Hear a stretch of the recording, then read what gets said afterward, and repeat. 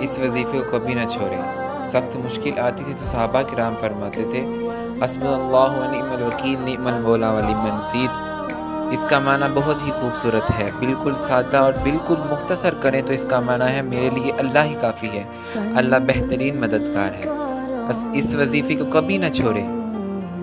جب یہ پڑھیں تو آپ یہ محسوس کریں کہ میری روح اور جسم طاقتور ہو گیا ہے۔ اور دوسرا وظیفہ اعلیٰ حضرت فرماتے ہیں لا حول ولا قوت الا باللہ العلی العظیم پڑھا کریں۔ اعلیٰ حضرت اسے کثرت سے پڑھا کرتے تھے۔ آقا کریم علیہ الصلوۃ والسلام نے فرمایا جب بندہ لا حول ولا قوت الا باللہ العلی العظیم روزانہ 99 دفعہ پڑھے گا، اللہ تبارک و تعالیٰ اسے 99 بیماریوں سے شفا عطا فرمائے گا، اور سب سے چھوٹی بیماری ٹینشن کی ہوگی۔ آقا کریم علیہ الصلوۃ والسلام فرماتے ہیں لا حول ولا قوت الا باللہ العلی العظیم اللہ کے عرش کے خزانوں میں سے ایک خزانہ ہے۔ تیسرا وظیفہ درود پاک کا ہے۔